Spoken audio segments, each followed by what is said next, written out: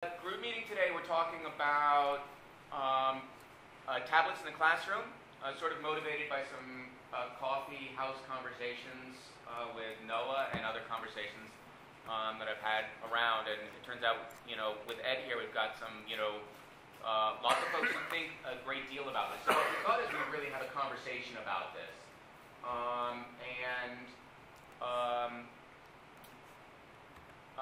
I think we've each prepared something on the order of 5 minutes, and then really it's this idea, the goal of this is to, hopefully, is to explore the space of technology in the classroom, and particularly what are the researchable questions around tablet use in physics education in particular, maybe education more broadly. And our hope is to have some evidence-based discussion as well as calls for more evidence and theory building around the use of these new technologies in education. Does that sound good? And I think maybe since I don't really have anything to say other, in real practice, I only have theory to talk about, I might sort of organize and sort of frame some of this to begin with. And then Noah P. was going to talk about this in the context of PhET, I think, and maybe more broadly, and abuse of our students in the classrooms. Ben Van Dusen is going to talk about this as supporting our students in the classrooms, particularly K-12, and Ed is going to talk about Angry Birds.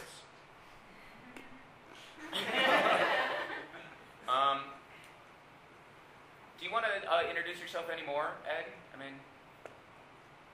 No, you said very nice things. No, I appreciate that. You're welcome. And he's very good looking and humble. And has about 14 dogs at his house. Maybe only 2. All right.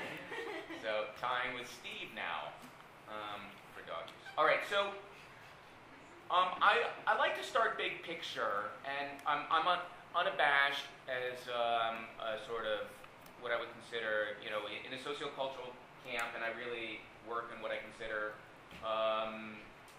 what I call contextual constructivism or social constructivism, the nature that, of course, learning is an active act, but it's also bound to both local and historical and large-scale cultures in which we're embedded.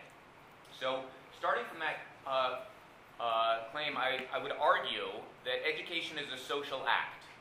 Education is a form of socialization. It's a form that we use to engage people and have people participate productively in societies within certain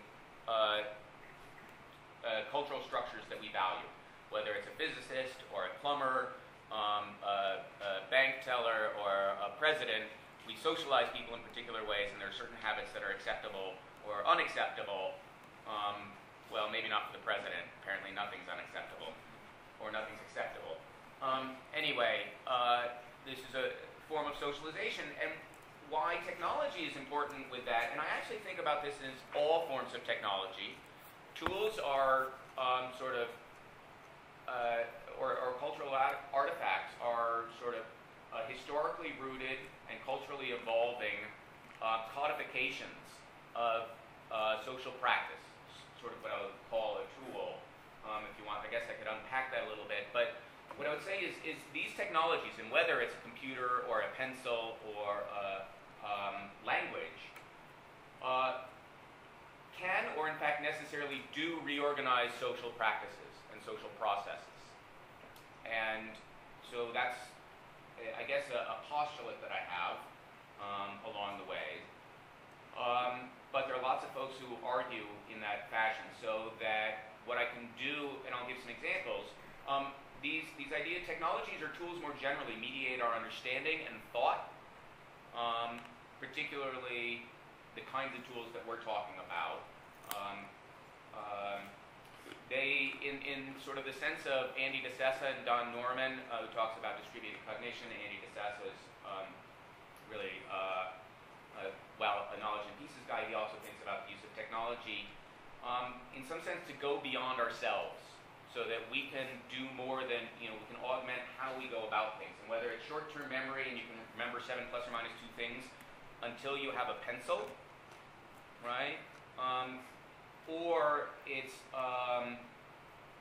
the ability of agent sheets or Star Logo or any one of these computer modeling programs that allows kids to do population dynamics, right? So Alex Reckoning has this game design thing here, and this idea is that kids can now do population dynamics, which before the advent of this had only been really studied in an analytic way by sort of high-end mathematicians and people with access to solving coupled differential equations. And the argument here is so that now kids can do what had been only the purview of others. These new tools, agent-based programming, what they do is they don't remove the barrier of differential equations. They work around it so that you actually have access to the phenomena of population dynamics in a different way than you used to have, and so that you can answer questions and think about things differently. So if you have the concept of population dynamics, you might have access to it, and coupled differential equations may span the space in describing it, but you can also go through agent-based modeling. Are you all familiar with agent-based modeling? You say, all right, this is what one shark does, this is what one dolphin does, now populate the place with 30,000 sharks, 20,000 dolphins, and Valerie with a fishing rope, and see what happens in that system, right? This is SimCity, SimAnt, all of those. And now kids can do these really sophisticated things. They can start understanding the nature of population dynamics, but without knowing differential equations. And you come at this and you develop, I suspect, different understanding of the nature of that domain as a result of having this different kind of tool, but you still have access to that domain.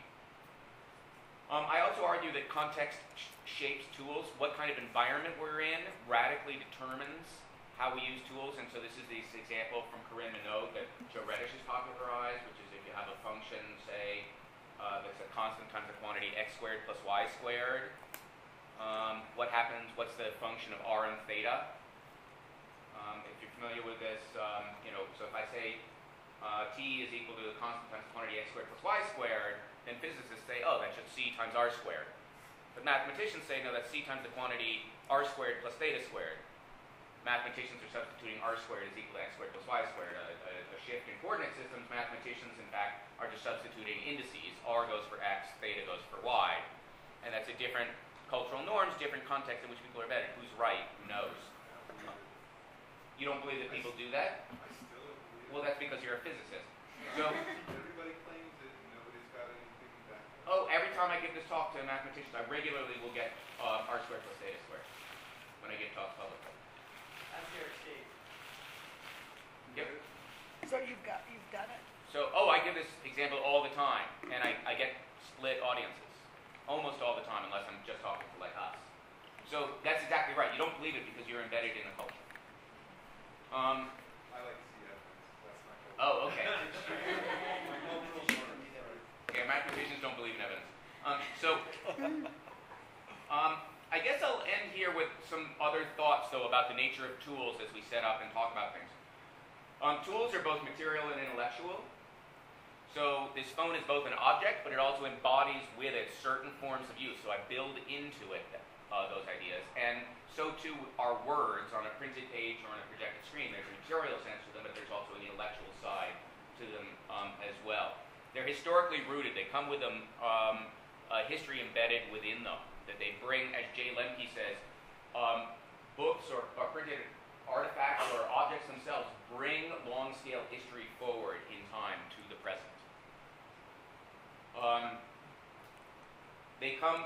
Objects come with predispositions for use, but often people refer to as affordances, and I'm sure we're going to talk a little bit about that. And the flip side, so for instance, a wine cup, you can hold hot coffee in it, but it sucks to do that. It's meant for holding wine. It's got a wide lip glass so that it breathes and aerates and all the rest of it. You can use it to prop open the door, but it really sucks for that.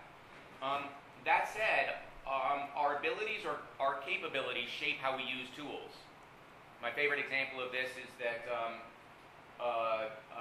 when the 777 was designed, they went out and measured every finger size around to open up the manifolds around the engines there, and they ran it out, and they got every person in Detroit, every mechanic in Detroit, so pissed off at them because while it was designed for the perfect size hand or the optimal size hand or everybody's hand, nobody accounted for the fact that you wore gloves when it's 20 degrees below zero out. This happens all the time. We have certain ways that we can use things, so now all of a sudden we're forcing people to go around we didn't have the capacity to not wear gloves in that instance, so they have to take off gloves and whatnot. Or, you know, for instance, bicycles require more or less some bicycles require, you know, pedal bicycles require that you have feet. Not all bicycles. All right, so I would end there, I guess, and say that for what and whom and to what end are we using tools is a question that I like to frame things. So it's all sort of a theoretical framing, and I'm happy to chat about the potential affordances of these systems and what our goals might be, but I think I'll leave it there and then turn it over to somebody else. Maybe Ed, do you want to? Yeah, actually it'll tie in nicely from there. So, hey, Ben, did you get those slides? Did somebody put the slides up? Did you email me slides here just a minute ago? Yes, it would look here that way. The Vimeo? No, yeah. Look at the email just before that. There should be an attachment. Yeah. Is that a slide that's going to apply to this? There we go. Pretty close Sorry, to I haven't seen maximum this email. volume right now. I got it opening now. Okay, you're going to have to speak up though a little bit, Ed. Oh, okay. Yeah, I hadn't started. So, Okay, not so much. what we've worked on is looking at using tablets in the classroom setting in place of whiteboards and also in place of lab notebooks. And so I'll describe those examples a little bit, but the first thing I wanted to do, and this is what follows nicely from what Noah was saying, is suggest that what we've found, and I think in my mind when I think about new things to try to do with these devices, is to start with what are their features, what are their affordances, and then, you know, so I put a list of those together. The main thing, I guess, obviously, is the ability to directly interface with the screen. So you can use your pen or finger. It turns out it's a big difference to use a pen or a finger.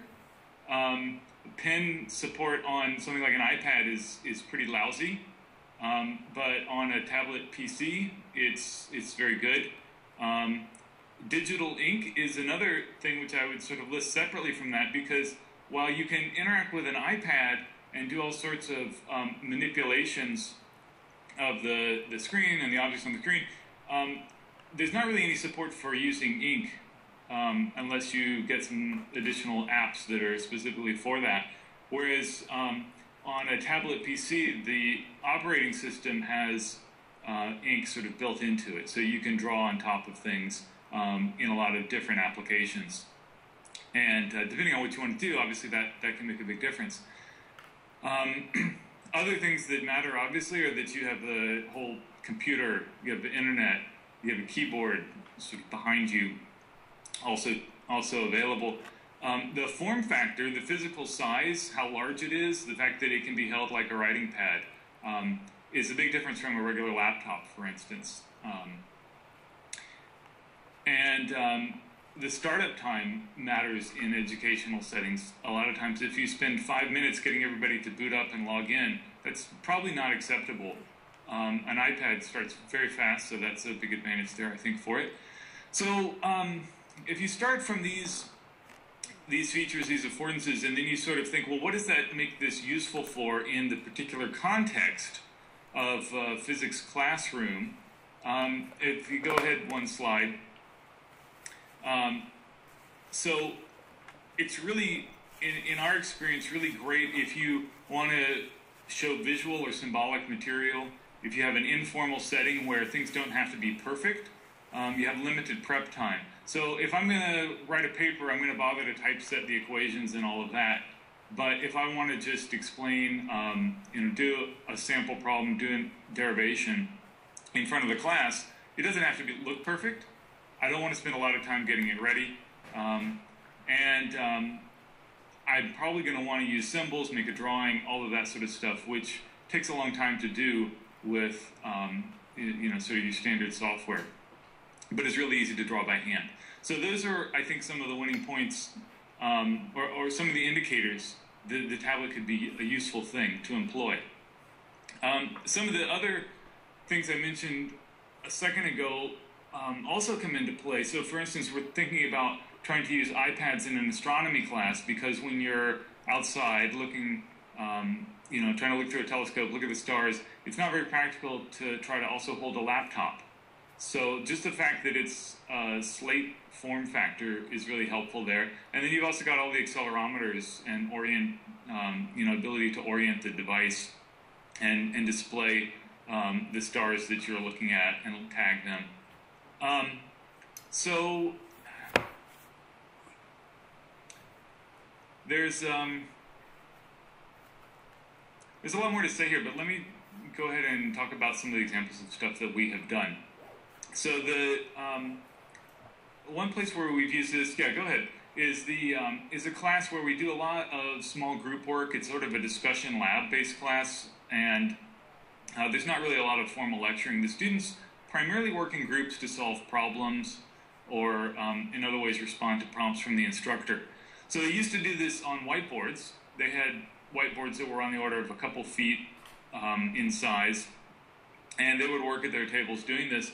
And what we did instead was give them tablets, and we used this software called Ubiquitous Presenter. And a couple of the features of that system were that you could send a slide. So you could send a slide to the students with your prompt on it, whatever you want them to do. And then they could work on it and then send it back to you, to the instructor. You could project it in front of the class, and it would also all get archived on the web, so people could look at it later. So if you go ahead one slide, you can see that it's really nice to be able to project this stuff rather than having a group of students go to the whiteboard. This is when you want to have a whole class discussion. The students really liked this, as you could imagine. If you keep going, let's see. Oh, there's a little animation. Yes, many of them liked it. Preferred by 9 out of 10 students. If you go ahead one more, students also really liked the fact that material was available on the web, and they looked at it often, or at least they said they did. And in this course, there was not a lot of, there wasn't a textbook for the course. There were some notes that came out at sort of the end of blocks of material. But students' work in class was really a big resource for them to study. And so having all of that stuff archived has been very valuable to them. Just to interrupt you, just to highlight a point, I mean, I've been thinking about, do you mind, Ed? No, go free. All right, yeah, so, I'll go free. So, I Feel find ahead. the second point fascinating here, which is the idea of students sharing each other's work. The idea of sharing, and I also love the instructor's work, because UP allows you to watch it dynamically happen, albeit, Camtasia can do that in other systems, but this idea of immediately archiving, sharing and archiving individual students' work is great, and it might be that it's tablet-based that allows you to do this. We can talk about this versus other ways of sharing students' work. I know you've studied that, but we can come back to that. I just wanted to continually keep the lens to what's unique about tablets here. So how are these things networked together? What's different here than with it people being online, with the computer? Did you hear that, Ed? Yeah. Just loud as Noah, or get closer to the computer. What's different? How are they networked together? How is it different than simply being online with a computer? Well, so it's sort of, maybe one of the easiest ways to explain that would be to suggest looking at that video. So I have sort of a demo video of it. I don't know, it's like 2 minutes long, so I don't know if it's worth doing right now. But basically what I would say is that this system is sort of optimized for the classroom setting. So it's kind of, as you can maybe see from that screenshot, it's got kind of this film strip thing. You can go through the different slides. And so it will allow students to write on a slide with their computer, send it back to the instructor. The instructor can then select that and display it to the whole class. And then everything is sort of automatically put on the web to be able to look at later. So I don't know if that really answers the question. I mean, how it's different from being online. It gives you a workspace, and it allows the instructor to sort of prepare that workspace, and it ships it's sort of in the background without you worrying about it. It ships everything around through the server so that the different people have access to it, and so that an archive of it is created that's accessible to all the students. But the instructor doesn't really have to manage that process in any active way.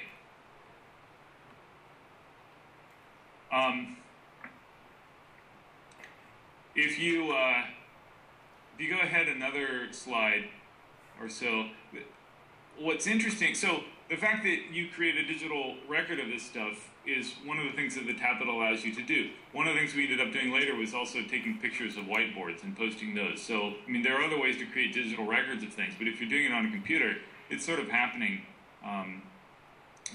for free. But the tablets are small, and that's not such a great collaborative space. I don't know how much of this slide is showing, but there should be another picture on there. Are there two pictures? Yeah, there you go. And so you can see there's one student sort of in the back of that table with the tablet, and the others are not really, they don't really have access to what's happening, at least on that screen. It's not really a space for co-construction of that solution. They may all be talking and participating, but it's being, the construction of that solution is mediated by the one student who is actually physically holding the tablet. Going back to sort of Noah's points about the cultural baggage, if you will, of tools. A tablet it's small. It's the thing that we're used to being an individual kind of possession. So it's very different from like a 2-foot by 3-foot whiteboard, which is a collaborative space, and it's there in the classroom. It's everybody's. It spans more than one person's personal space at the table. I sort of go back and forth thinking these are trivial things to notice, but they also have a profound impact in what happens in the classroom. And as you can see, hopefully they're on there, some of the points that we observed in using these tablets was that it seemed often that one student was a little more kind of in control of the solution or had a better handle on the solution. And the instructor also, that second point about groups work not really being accurate or complete necessarily, it was harder for the instructor to monitor what they were doing because the workspace is much smaller. And so physically, you're just walking around trying to see what they're doing. You either have to really get in their face and pry, which this instructor didn't like to do if a group was functioning effectively, or you just kind of don't know exactly what they're putting down. So again, that ties back to these physical features about the tablet. Now there are ways you can get around that. There's software solutions to that which you can employ. If you go to the next slide, this is just what students told us, but it's getting at this issue about the collaboration and their degree of involvement. So students in this course had used both whiteboards and tablets at various times for their small group work, and this was what they said when we asked them to express their preference, or, well, which of them best facilitated their involvement and their collaboration. And you can see it's a pretty wide margin, thinking that the whiteboard was more effective there.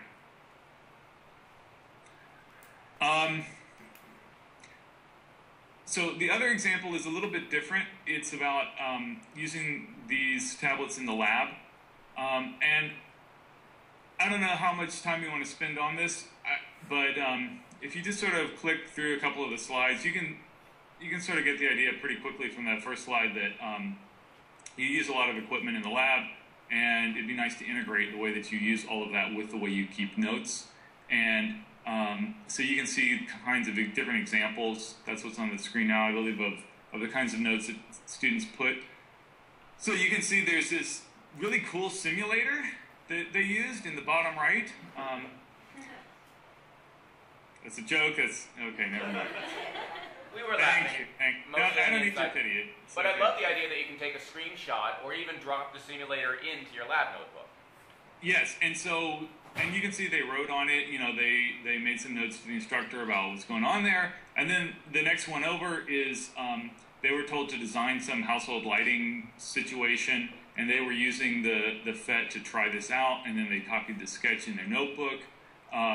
You can see in the upper right sort of this integration of typed text, formulas, the symbolic stuff that's difficult to create with a keyboard, a little drawing. So you can really integrate all of that stuff very nicely. I think that in physics, the degree of importance of different representations makes this really valuable feature to have.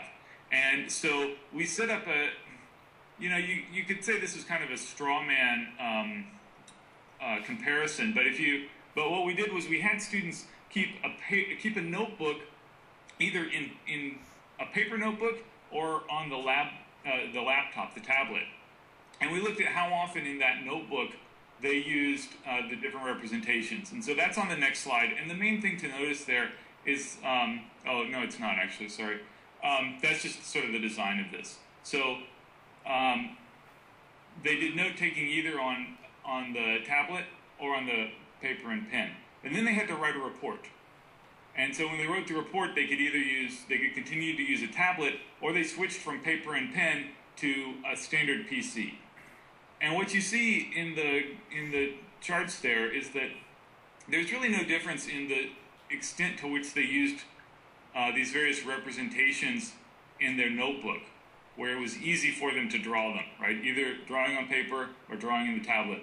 But when we asked them to write up a report, and they were either using a tablet where it was easy to draw things, or they were using a PC where it became obviously a lot more difficult to draw things, they stopped doing it. Well, duh, right? When you made it harder for them, they're under time constraints, they don't use it as much. But I think it suggests that at least as a minimum, if you want students to do this, if you want students to use these kind of representations in a lab report, it's going to be more likely that they will do it if you give them a tool where it's easy to do. So that's the second example. So that's it. Great. Thank you, Ed. Yeah, lots to chew on and a great sort of concrete example. Ben, do you want to go next? Sure, that might be good before Noah. So I'm going to kind of give a K-12 perspective on this. Real quickly, if we give my perspective, it might give you an idea of why K-12 schools are excited about this. First off, I was a high school physics teacher. When I was teaching, I integrated a lot of technology into my classroom, whether it's smartboards, clickers, doing digital homework and such. And so this got me kind of as a leader in the school to see how to integrate these technologies. And some of them worked really well, and some of them, for a variety of reasons, didn't work very well. I also saw a lot of other teachers struggling to integrate pieces of technology that had worked well for one person but didn't for another. And so it gives some idea of what roadblocks teachers are going to run into, what are some of the practical issues. And so my idea of coming to get my PhD was, where do I see my classroom in 10 years, and how do I create the technology, or what is that technology going to look like that's going to give me the classroom I want to be teaching in. So I got me thinking about tablets, before that, it just got me thinking about general features I want to see. First off, it needs to be one-to-one, in my opinion. You got to have one student, one whatever your piece of technology is. And I really want it to be uniform. If every student has a different piece of technology, that's a lot of work for a teacher when you see 150 students a day, and they all have their own technical problems. So having them all have the same thing is really important. Something that brings together a lot of resources that you now have is disparate things. You've got your clickers, you've got your textbooks, you've got notes, you've got all these different things that you have to manage. If you can put that together in one device, that's going to save a lot of time and energy for the teacher. It's key that there is minimal tech support. You have some teachers who are really into tech and they can do it, but that's the minority of teachers out there. If it takes, like Ed was saying, 5 minutes to log everyone into the computer to start a class, that's going to kill it right there. That's going to make it really hard for that teacher to say, okay, I'm going to take the time and figure out the kid who forgot his password. That's all serious impediments to implementation. Students need to have access to it 24/7. I think it needs to be more than just in the classroom. They need to take it home with them, work with it, become comfortable with it, and really have it integrated into their lives. It needs to be intuitive. Some students know how to use technology well, but especially in schools, a lot of students who are underrepresented in physics, they don't necessarily have a lot of access to technology, so they might not have the same set of skills. So the more intuitive it can be, the more people can use it, and at the younger It needs to increase student collaboration, and Ed gave some good examples of ways that tablets can and cannot do that, but that's an important feature. It needs to be a data collection tool, and largely I think of it as a lab tool. So you need to be able to hook up your ProWare to it, you need to be able to analyze your data on it, you need to be able to do those sorts of things. And it needs to have dynamic tools. I see this as a big thing in the future, whether it's dynamic textbooks, online homework problems that give immediate real-time feedback. So the teacher's not there, but students can still be getting these digital tutors and such. I think that's going to be an important step. So these are things I want to see in my future device. Oh, and it needs to not cost too much. If it costs a lot, schools won't be able to afford it. So these are my key feature set. Many of these can be done on different devices. Some devices will do it better, some will do it worse. My laptop can do a lot of this. Tablets can do a lot of this. So some of the advantages that tablets. Yeah. Do you mind if we interrupt? Please, please. I'm trying to quick Zed went over a lot of this good stuff. Yeah. Wow, that's fancy. Why one-to-one? I mean, so I can imagine Wow. there are some instances where you want one-to-one. Certainly having your own pencil is extraordinarily helpful. Right, but having an oscilloscope in the lab is not essential. In fact, if you do want to promote collaboration and it's one-to-one, all of a sudden that collaboration is much more heavily mediated. Not necessarily saying that that's bad, but even if I'm collaborating on collaborative workspace through a tablet that's connected to somebody else's tablet, that limits the bandwidth of interaction that I have with that person. So Ed, do you want to take a crack at it? Yeah, well, one thing I Just would because mention you've is studied this doesn't mean you know the answer.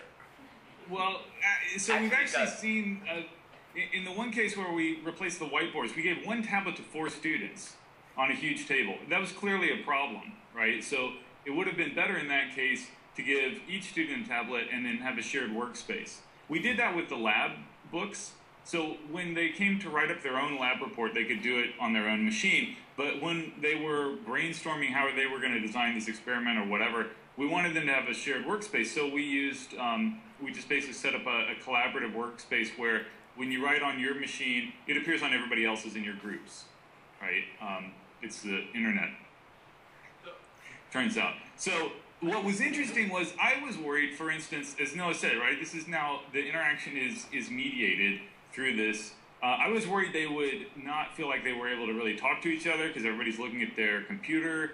And I asked them about that. And none of the students that I asked, and I asked, a couple dozen students about this, none of them really even understood what I was asking.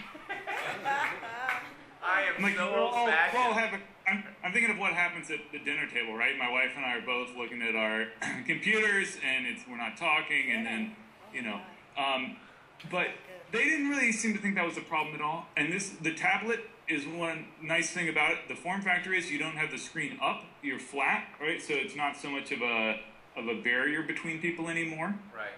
But the other thing which happened was we have examples where we give them a whiteboard to work on as a collaborative space, and you'd end up with 4 things written in 4 different orientations. Right? They're sitting around and all facing different directions, and so the writing is in all different directions. On the tablet, it was always right side up.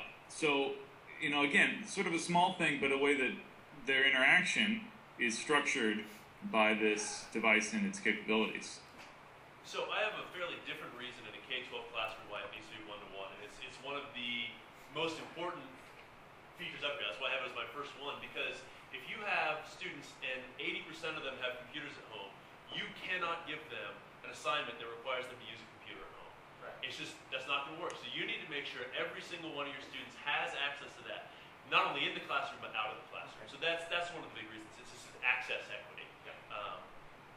Ben, I was also surprised that you didn't put anything about digital textbooks on here. Is it just because it's a... Text, combined functionality is it textbook. there? So Oh, I if see, it's, I see. yeah. Or dynamic, yeah. Yeah, and combined under dynamic tools. functionality? Yes. Oh, okay. Yes. So I didn't use that Okay. term, but yeah, it's up there in another. I see, thank you. No, because I do think that's an important one. I know Thank you you. do. So some advantages to the tablet. Now the technical advantages, I think Ed did a very good job talking about these. So there are multiple forms of input. You can type, you can write. It's got accelerometers. It's got the 3G, or it's got GPS. You can take your notes digitally. Once again, this kind of goes to different forms of input. I'm going to go over this more quickly because I think I did a good job. One thing that I think is nice is this digital analysis of work, and it's an example of what Klimkowski's working on is V-Socratic, where you can draw your graph on there, and it will try and make the best approximation, kind of smooth your graph out that you drew, and give you feedback. So if it has a question, about energy distributions, and you draw your graph, say, well, maybe so there's this nice kind of real-time feedback paired with getting to draw on the screen that you can't do very well on a traditional computer. So there's different ways that you can actually get information into your tablet that you can't necessarily do with your laptop. Of course, those could be built into a laptop, but they're not. I think something that Ed didn't talk about is barriers to adoption within K-12 schools. So one of them is, and I talked about some of this, it's got to be simple. If it's not simple for students to use, and for teachers, more importantly, who might not be as technically savvy, they're not going to have the time or training to get this up and running. So that's really important if you want to see widespread adoption. The expense, and right now, I think this is an advantage to tablets because Are you talking about tablets or iPads or both? An iPad is a both, tablet. both. Well, I think Ed There is was a making difference. distinctions. You are correct. So I'm going to Ed talk. was distinguishing between the two. You are correct. So I'm going to talk specifically about the iPad expense right now because you can say, yeah, I can put together a laptop for just as much as a low-end iPad if I want to buy a bottom of the barrel and install my own Linux on a laptop. But now I have to be the tech support for that, and teachers don't have the time or expertise to do that. So they need something that is inexpensive and polished. So while they're, the iPad, and I don't know about some of the other tablet PCs where their price point is at, but I think that there's a mix there between expense and technical expertise required. They're all $500.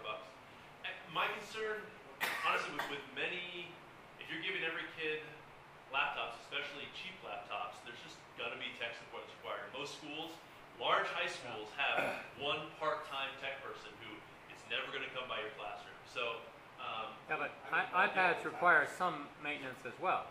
There are Yes. updates all the time. I agree. Yeah, right. but it is, there's a lot less. Students can't muck around with the OS in the same way. There's just a lot. It's a much cleaner interface that I think will keep them from being as abused or as buggy. Battery life. When you send students into school who forget their chargers, most of the classrooms aren't set up with plugs for very many kids or any kids, and you've got a 7-hour day if students need to be using their tool the whole day. Laptops can't do that. iPad can. So some of these are things that as researchers we might not think about, but the practical issues, these are important for classrooms. Highly portable. The heavier your object is, the larger your object is, the more likely a kid's going to leave it in the locker, leave it at home. So having something that's easy to carry around and light is just more likely that it's going to actually show up in your classroom. And this one is just an example that it can save a lot of money.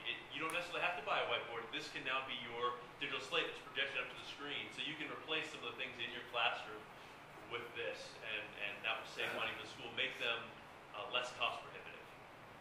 So those are kind of why, as a school teacher, I get excited about this technology. And so I wanted to come and do some of this technical research to say, okay, does that stand up? Because I see a lot of good reasons to get them into schools. Yeah. And I think Noah might have a counterpoint to my excitement about getting them into schools. So have you used iPads in your classroom one-on-one? So Like I've one-to-one? used many other pieces of technology in my classroom. I have not used an iPad. I'm going to be working with a teacher this next year with one-to-one iPads in her classroom. Right. Well, one problem I Yes. suspect, I don't Please. know, is distraction. Mhm.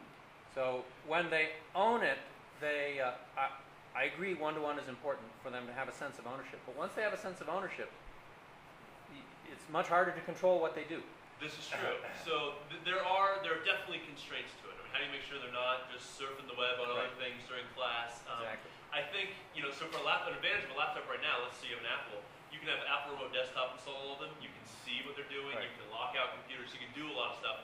That doesn't exist for the iPad right now. I'm hoping that it will. There's no technical reason that it can't. So I'm hoping that gets developed. Another thing is it doesn't run Java or Flash at this point. Although the Flash is coming around, there's new compilers for it. There's third-party solutions. So I think that while that is a barrier right now, so I can't run a FetSim on an iPad, but I think that's either the FETs are going to be rewritten differently, or somebody else is going to come up with a solution so that you can. So those are, once again, this is my classroom also 10 years from now, and there are going to be road bumps along the way, but I think some of those can be answered. I can speak to that a little bit because you can do the same thing with laptops, and we've seen lots of laptops being used in classes, and the distraction factor really is Right. It's really not a factor. Yeah, I mean, it's one answer is that's not a new challenge. It's a Well, challenge, I think there's but a it's big. not. Wait, I think there's a big difference between a student feeling that they own the device versus it's something they use in the classroom. I think that's a large intellectual change of Now, that is a attitude. great research question. And I think they're going to be using it much. In the web, the whole meeting. Right. I've outfitted it the way I want. Yeah. Well, so that's Okay, That's so that's possible, but I mean, but I mean that's one of many possible ways of thinking about how ownership can impact the student's Right. interaction with that technology. I mean, we No, I'm advocating, and I'm just seeing this is an issue that Yeah. we'll have to deal But we with. require that they purchase Yeah, books. I'd like to. They own the books. I mean, so But they the can't books use aren't the a books to portal play to- Angry Birds. they're not. But I mean, you can be doing other things in them. You can be doodling or Right. playing Hangman or whatever. I mean, they do. But you can put your own music on it. Yeah. sure. I mean, You it's can't still get different, Facebook. But Yeah, I mean, right. we're still Put talking pictures in about there. that distraction can happen anyway. No. All right, let's put that out there. Let's put that out there as a research question and something for us to discuss a little bit more. But I want to get to know. That's also not a tablet question. That's a one-to-one issue, not Right, necessarily right. a tablet one. Well, And an but It's a owner. really interesting question. But the more you get to your integrated tool, the more access you have. Rich. One more issue with iPad. The last time I talked to the folks at Vernier, they do not plan on modifying their stuff for iPads. So, Boo. okay, so I've Oh. also positioned Vernier, That's and, not right. and there's a very good chance that the teacher I'm working with will be one of their test sites for their iPad. Vernier or Pasco? Vernier. Yeah, Vernier. And I've talked to Pasco. I've already used Pasco Right. stuff with it, but Right, Vernier, right. they won't officially say anything. Okay, Well, they've last said time we they said might they're be not- very interested in having a Yeah. classroom to try some stuff in, if that ever happens. But how do you brush your teeth with it? Yeah. What's Vernier? So Vernier makes Data acquisition. Data acquisition. They make calipers. Sensor. yeah, just And similar to sensors. Pasco. It's very They have similar. an Right. interface. It's like LabVIEW for. It was before Pasco. It precedes. No, I love Vernier. Right. Are you? Yeah. One thing that's not up on that list is, Yeah. is compatibility. So like with iPad, I mean, everything has to be written for the iPad really. And, like that seems to be a big concern. But also, like, I found that there's not good compatibility for things like that you prepare on a PC and then put on, these notebooks, like the fonts get screwed up, all the presentation gets screwed up. So it just seems to be like, is this not a problem so much with like the non-Apple tablets? So I'm curious. I think so. I've prepared plenty of things on PCs, and I put them on my Mac or on the software. So it has Keynote, which is Apple's version of PowerPoint, which can open PowerPoint presentations. And typically looks well. You're right. There are times when that might not look as good. But I would imagine most of your tablet PCs, if they're running Windows, then it's going to be running Windows. So anything you make on Windows would be an issue. Honestly, if you know how to convert between Mac and PC stuff, typically you can do it pretty well, in my experience. Except for Java, right? Java is an issue. Yeah, Java and Flash are inacceptable. Huge. They only plays MP4, right? Any Audio. PowerPoint on it. That's true for iPads. There are technical Yeah, there are practical things. It's also where I hope that, none of those are barriers that have to exist. My hope is that with time, some of those barriers come down. That could be one. I'm not sure. Yeah, I was So, Yeah. one interesting thing that occurs to me as I'm listening to your list. I mean, obviously there's differences between K-12 and university setting that make a big impact in what you're going to look for in these devices. But it's also interesting to think about which of those features are sort of uniquely tablet type features. Right. Right. Some of them are kind of coincidentally tablet features, like the low cost maybe, or the battery life. I mean, I guess you can get very cheap laptops, but as you said, they'll break. So for the quality, you probably can't get a machine that affordable. But that's not that's sort of coincidental. What's interesting about the tablet, right, is that you can manipulate it directly with your hands. The sort of uniquely tablet features of it. So I'm wondering if you see any, if there's anything about those kind of features that you see valuable. Oh yeah, so I mean, largely I glossed over that more because you had covered them fairly well. I agree with your points. I mean, so I talk about the accelerometers and the GPS allows you to do the sky, the different sky chart stuff. And I mean, there are.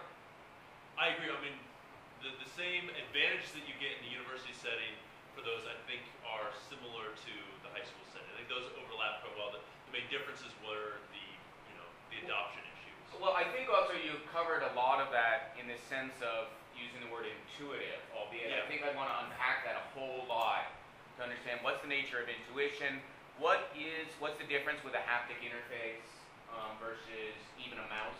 I mean, these are sort of researchable questions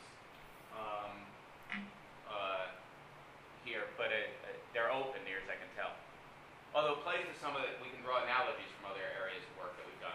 So, for instance, on FET, and I know maybe you're going here, we purposely put the controls on the object we want to manipulate, but it's still run through this tremendous interface of the mouse or the keyboard or whatever, and then but you could imagine it's very different dragging it with your finger, which I know is something that's chatted about.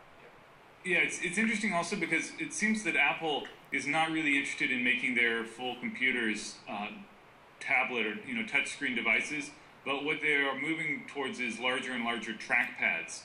And so, I mean, there's a very fine distinction between the coincidence of your finger and the screen versus coordinating between your movements on this fairly large, rectangle and what's happening on the screen. So anyway, But I not that this is our target audience. I don't think 1-year-olds could do that on a trackpad and track that on the screen, but they can draw stuff on the screen with their fingers. Now, again, not our target audience, but I don't know about 1-year-olds. I know 9-year-olds. Mark Meyer, who's coming here, said that he just observed this. Well, and I do think so. While 9-year-olds can, I do think 9-year-olds should be part of our target audience because we need to be looking at how we're teaching science in our K-5 schools. I mean, that's an important place to start that we don't look at that often, but I think is a really important issue. So if this can help get science, good science, to those students, that is a very valuable tool. No. So the first thing I want to do is just bring up the Apple education page to show that Apple really is, that Apple really is targeting schools in education, and they've got a huge push to actually push iPads into schools. And so I just thought I'd give a sampling of the sorts of their marketing towards schools. iPads are in a class by themselves.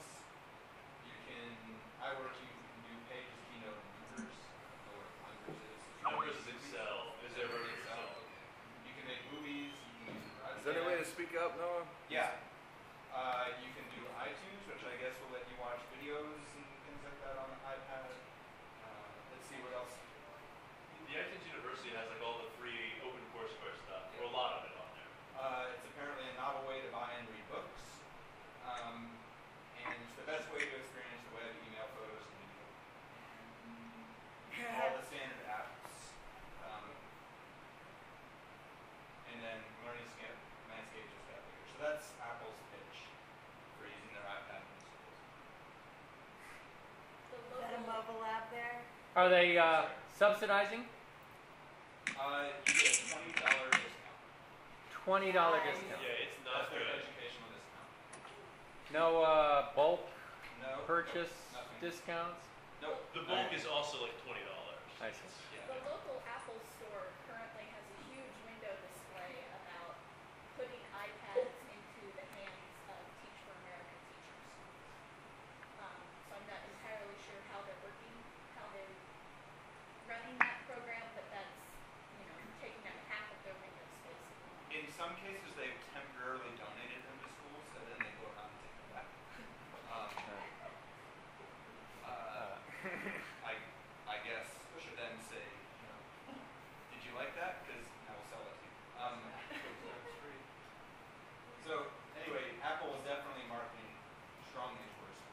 iPads cost?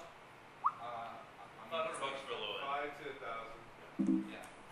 $1,000. Depends on whether you want 3G and more memory. Cheap laptops are like $200 to $350. Wow. Like, Cheap, yeah, that's twice as much as a laptop. Okay, so I wanted to talk about a little bit about what people have said about it, technology and education. This is Chris Eady, who's been around for a really long time. Very respected in the education technology world. He's testified before Congress several times about use of technology in education. And he says, don't start with the technology. When you start with technology, it's a solution looking for a problem.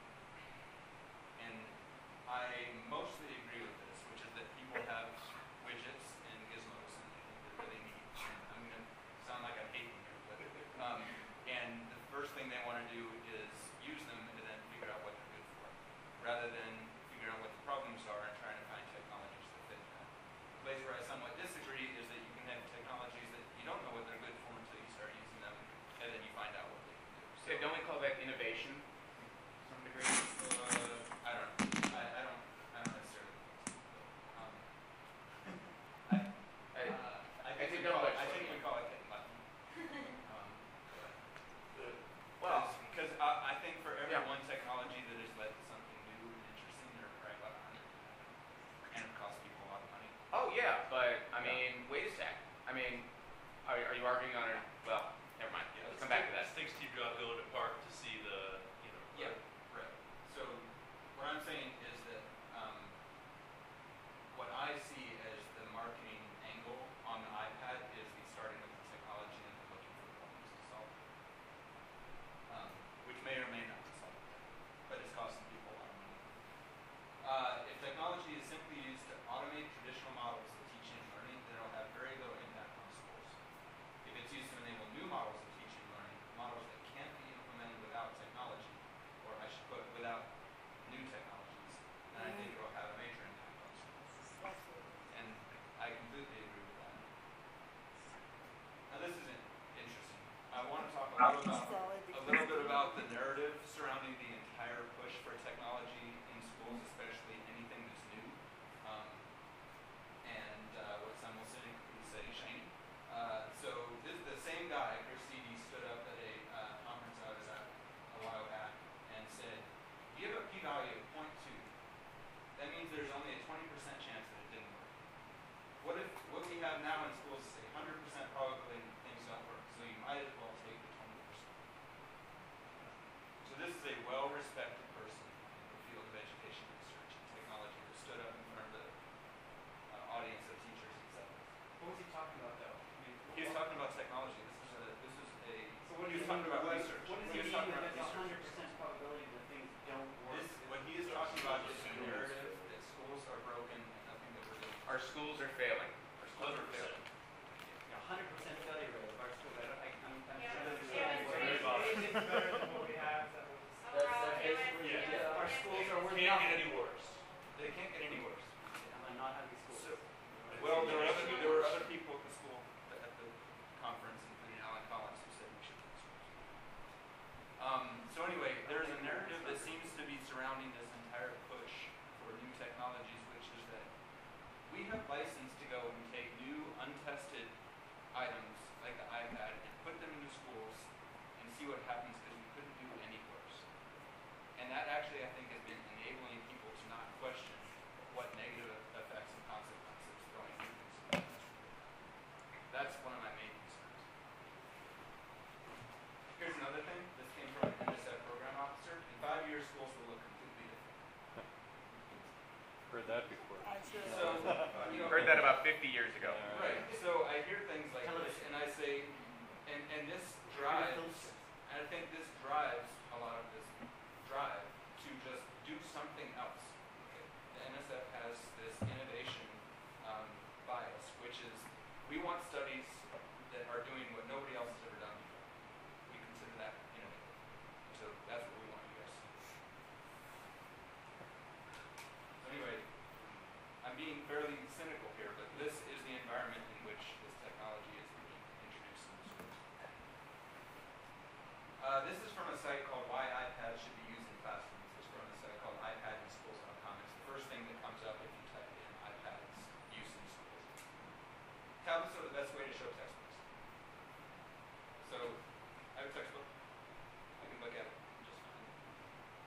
iPads are the best way to show textbooks, but I haven't seen anything except, oh, you can read off digital textbooks.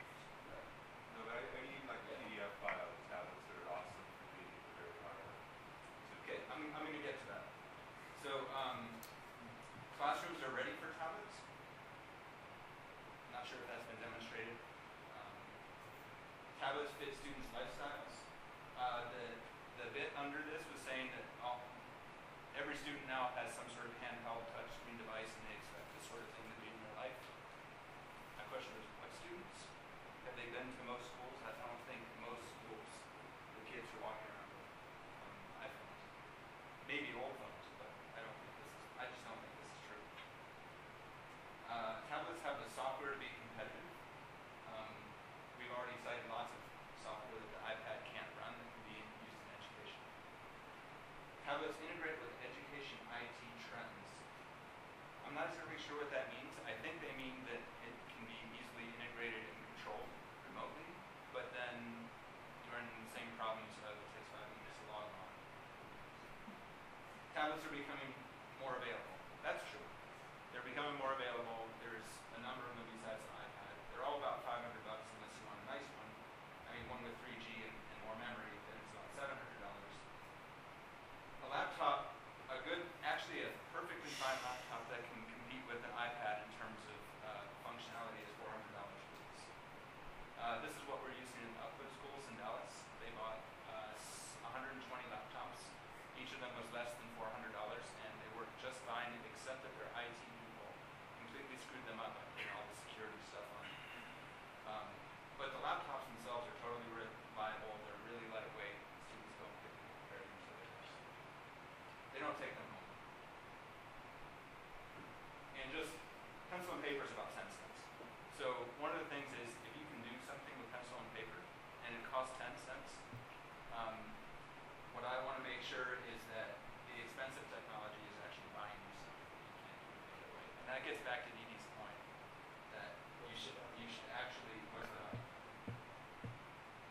is it worth the cost when schools are already in many places can't even afford textbooks? Now some people have actually said iPads or teachers or pencils. Many people have said iPad will actually save people in the long run because then you don't have to keep buying textbooks, they just keep getting older. That could be Free open source textbooks. That could be true. So there have been some studies on iPad use in colleges, and this is just a quote from this Reed College report. It says, the most impressive iPad feature was also the simplest, a smooth scrolling touchscreen. The quick response time of the touchscreen was highly praised and seemed to be extremely beneficial in class discussions because it allowed students to navigate rapidly between texts to read specific passages. Sounds good. So the reason I grabbed this is because I'm going to rapidly navigate between texts to read specific passages. Can you command that? And then it can be really hard. Well, watch what I'm going to do. I'm going to go to the index. I'm going to put my finger here, and then I'm going to go to the page that I'm looking at, and then I'm going to go back to the index, and then I'm going to go back to another page. I can actually hold simultaneously up to about 8 pages at the same time with my fingers. So I'm being cynic, and I know that I'm being, I was giving me a look, but the point is that people are making arguments that these can do all these new wonderful things, and I go, this is a piece of technology that's been around for 1,000 years. It does that same thing. So then are you arguing that you can't do anything different with the textbook in the digital form? I'm not arguing that you can't. I'm not arguing that you can't do that. What I'm saying is that so far I haven't seen any arguments. Is it worth $400? Right. I mean, one comment about this, and not to interrupt, I think I'm totally with you on that. And excuse any facial expressions, kicks. I'm sure that's because I'm playing footsie with Steve. But you know, if you haven't seen The Gods Must Be Crazy in reference to this talk, you definitely should. All right. And there are many, many lessons about the use of technology and culture there, and it captures all of them really well. The first use of any new technology in a cultural system is to recapitulate old social practices. So, in some sense, that's what the Reed College is saying. What is it that we do in classrooms? Well, I'm going to do that same thing with this new form of technology. And in fact, we can talk about what that is. Yeah. What? I'm not saying this No, should be what did you say? But that's what it's great for. You said that that's We're what. praising it for the fact that it can do the The same same stuff as the old stuff? Yep. Here's another one at this, I don't know how they pronounce it, business school in Barcelona. This also came from the iPad in schools. It says, we want to run research study observing how people interact. How does this tablet device affect team-based learning, social culture, and collaboration? The critical thing is that it shouldn't go beyond delivering course materials. So I totally agree with this. I think that if tablets are going to be used, or computers or any technology, there should be value added. And it should be doing something new that isn't already happening and enable something new. So how do we know what can be done that's new?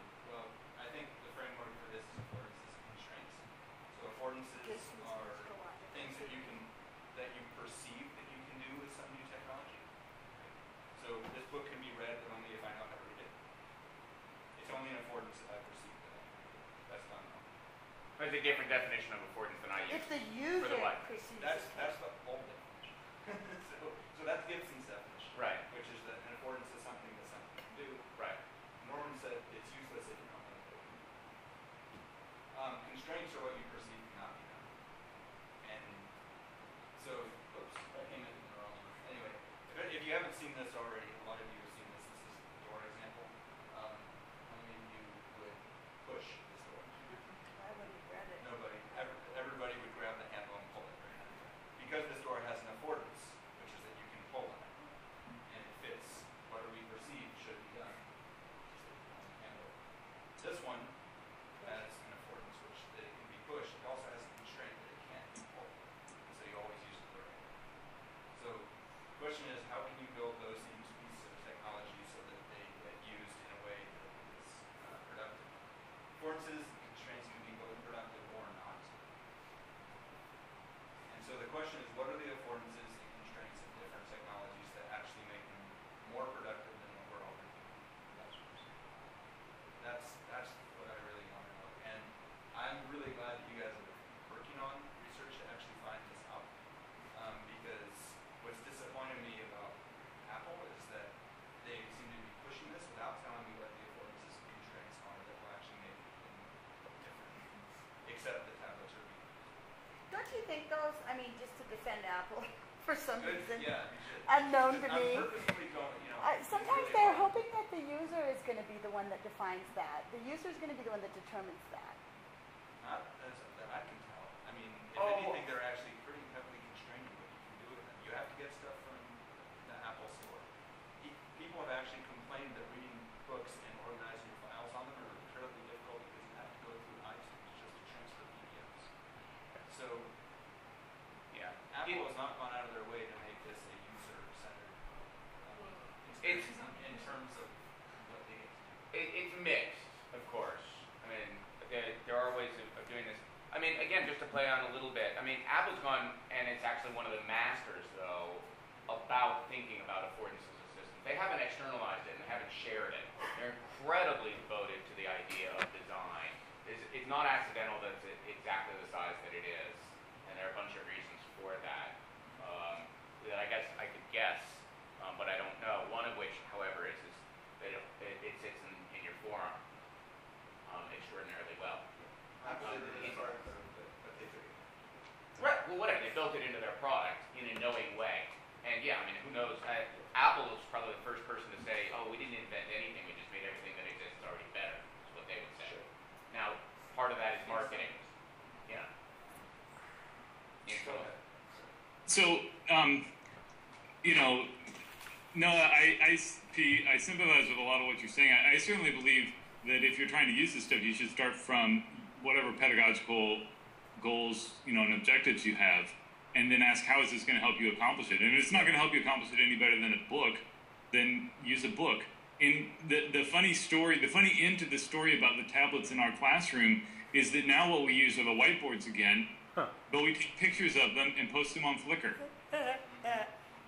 And it costs, it's like one of these 80-20 solutions, right? We get most of the benefit. There's some things we lost by leaving the tablets, but it costs us almost nothing. And the whiteboards are a better collaborative space, They never fail to boot. They never run out of batteries. And, so But Apple, it's like, oh my gosh, Apple's trying to make money. Yeah. I'm shocked. I'm shocked that they're trying to convince people to buy this stuff. I don't know if your question about the affordances was rhetorical or not, but in my thinking, one which is very clear is the ability to write and the ability to quickly and easily. This is sort of where I open, right? Quickly and easily make multiple representations, symbolic, graphical, and drawings. And one of the big disappointments to me with the iPad for education is that that's not really supported in any way that makes it usable, the way that a tablet PC is. Unfortunately, the tablet PC has all the baggage of being a PC. It's got more stuff than you want, probably. It's more expensive than you want. The overhead on it is more than you want. But you can write really nicely on it. So there it is. Well, one of the other things that I thought was very interesting, though, is, so you put, as you said, Noah, if you put this technology out there, people recapitulate the original practices with it. Okay. But one of the things which is challenging is the question of how many educators are in a position and with the capabilities to write apps to do things they want to do. Because I think ultimately what happens is you're in the classroom, you realize, it'd be really great for doing blah if only I had an app that would do blah. And now who's going to write that for you, right? I'm too busy writing the next Angry Birds app because that's where a lot of money is, but, So one of the things I wanted to say is that actually, even though I'm dissing on Apple for marketing the iPad, I'm actually not yelling at Apple, and I don't care if they listen to me because they're not going to. Who I'm really trying to get to hear this are the people that are making decisions about what happens with this technology. People that are really pushing it, policymakers, school superintendents that see an iPad, write their email on it all the time and go, man, this thing is great. It syncs up with my email instantly. It's so much easier than my PC. We should give this to all my students. And I literally hear people say things like that. And I think these people need to be more cognizant of what actually happens when you put these into the classroom and what kind of risk you're imposing and what it can and can't do besides the handful of things that they've done on it that the iPad does. What do you see as some of those risks? Did you talk about risks? The risks? Of bringing One of it the into risks is that you can't do all the things that a laptop can do. Oh, I see. Right? So let me show you what that's. Here's a FetSim. Run the wire. Run the battery. Light bulb. You all have seen this. And then I can right click and change voltage. So on an iPad, you can do something equivalent to a right click, but it's a long click. So you have to know to do that. Can you even run Could it? you just take it and maybe pull your fingers apart to say increase the voltage? And then Maybe. one of the different ways to. So the thing is that, you might be able to figure out solutions to this. So you think a right click is more intuitive than putting your finger down? Not necessarily, although we see kids figure it out. Maybe they'll figure You're it out. just on used iPad. to it. These things, I've actually tried to use FetSims on tablets, and most of the buttons are too small to get to. Which Right, well, means this, you I get mean, the whole but thing. these were So it's designed for a computer. Exactly. Right. Yeah. So they were designed for a computer. There's 100 of them. They're free. They're being used all over the country. And all of a sudden, if schools decide, and this isn't that I'm trying to promote FET, but FET, in my opinion, is one of the leading resources for schools in the world right now. And if all of a sudden schools buy platforms that don't support this, then they don't get this. Now we could spend, I don't know, $1 million porting all the FetSims over to iPad, which would mean complete redesign, actually hiring people to do this. Or they could just buy $350 laptops and then they could use it. And they could do a lot of other stuff. So what I'm worried about is lots of stuff that already exists that can be used that can no longer be used because schools decided to buy one technology. So you want millions of schools, or you want the schools to buy millions of $350 laptops rather than you spend $1 million Yeah, that's to right. bring it forward? Well, I mean, I don't the know. other Well, side this is, is- so this is just one example. yeah. This is just one example. I think I could probably come up with